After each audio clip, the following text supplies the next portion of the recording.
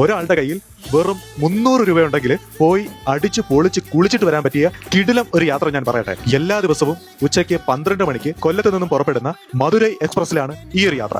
കൊല്ലത്ത് നിന്നും ആര്യങ്കാവ് എന്ന് പറഞ്ഞ സ്ഥലത്തേക്ക് ടിക്കറ്റ് എടുക്കുക. വെറും 50 രൂപയാണ് ആര്യങ്കാവ് വരെ പോകുന്നതിന് ജനറൽ കമ്പാർട്ട്മെന്റിൽ ടിക്കറ്റ് ചാർജ്.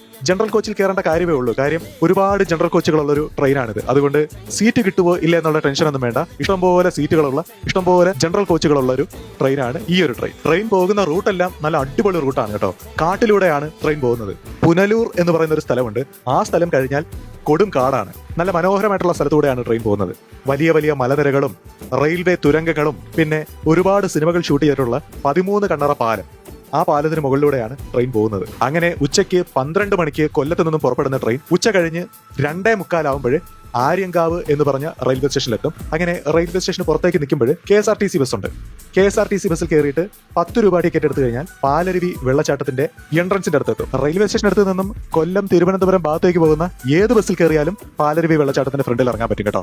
അങ്ങനെ പാലരുവി വെള്ളച്ചാട്ടത്തിന്റെ ടിക്കറ്റ് കൗണ്ടറിൽ നിന്നും 85 രൂപയാണ് ഒരാൾക്ക് ടിക്കറ്റ് ചാർജ്. ടിക്കറ്റ് കൗണ്ടറിന് അടുത്ത് തന്നെ ഫോറസ്റ്റിന്റെ ബസ് വരും കേട്ടോ. അങ്ങനെ ആ ഒരു ബസ്സിൽ കയറിയിട്ട് വേണം വെള്ളച്ചാട്ടത്തിലേക്ക് പോകാൻ. ടിക്കറ്റ് കൗണ്ടറിൽ നിന്നും വെള്ളച്ചാട്ടത്തിലേക്ക് 4 കിലോമീറ്റർ ആണ്. അങ്ങനെ ടിക്കറ്റ് കൗണ്ടറിൽ നിന്നും വെള്ളച്ചാട്ടം വരെ നല്ല കൊടുങ്കാടിലൂടെയാണ് ബസ്സിൽ യാത്ര ചെയ്യുന്നത്. ഈ 85 രൂപ എൻട്രൻസ് ഫീയിൽ ഈ ഒരു ബസ് യാത്രയും ഇൻക്ലൂഡഡ് ആണ്. അങ്ങനെ കൊടുങ്കാട്ടിലൂടെ ബസ്സിൽ യാത്ര ചെയ്ത് വന്നതിന് ശേഷം ബസ് വന്ന് നിർത്തുന്ന സ്ഥലത്ത് തന്നെ ചെറിയൊരു കഫേ ഉണ്ട്. അവിടെ ഐസ്ക്രീമും ചായയും ചെറിയ സ്നാക്സ് എല്ലാം കിട്ടുന്ന ചെറിയൊരു കഫേയാണ്. അങ്ങനെ അവിടെ നിന്നും വളരെ കുറച്ച് ദൂരം നടന്നു കഴിഞ്ഞാൽ നല്ല അടിപൊളി വ്യൂ ആയിട്ട് ആ ഒരു വെള്ളച്ചാട്ടം കാണാം. വെള്ളച്ചാട്ടത്തിനടുത്തായിട്ട് തന്നെ ഫാമിലി ആയിട്ട് കുളിക്കാൻ വേണ്ടിയിട്ട് വേറെയും സ്ഥലമുണ്ട്. പിന്നെ ലേഡീസിനായിട്ട് സെപ്പറേറ്റ് ഡ്രസ് ചേഞ്ചിങ് റൂമുണ്ട്. അങ്ങനെ എല്ലാവിധ സംവിധാനങ്ങളും ഉണ്ട് കേട്ടോ. ലൈഫ് ഗാർഡും എല്ലാവരും നമ്മളോട് നല്ല ഫ്രണ്ട്ലി ആയിട്ടാണ് പെരുമാറുന്നത്. അങ്ങനെ വെള്ളച്ചാട്ടം നല്ലതുപോലെ നിന്ന് കാണാൻ വേണ്ടിയിട്ട് നല്ലൊരു വ്യൂ പോയിന്റ് എല്ലാം ചെയ്തിട്ടുണ്ട്.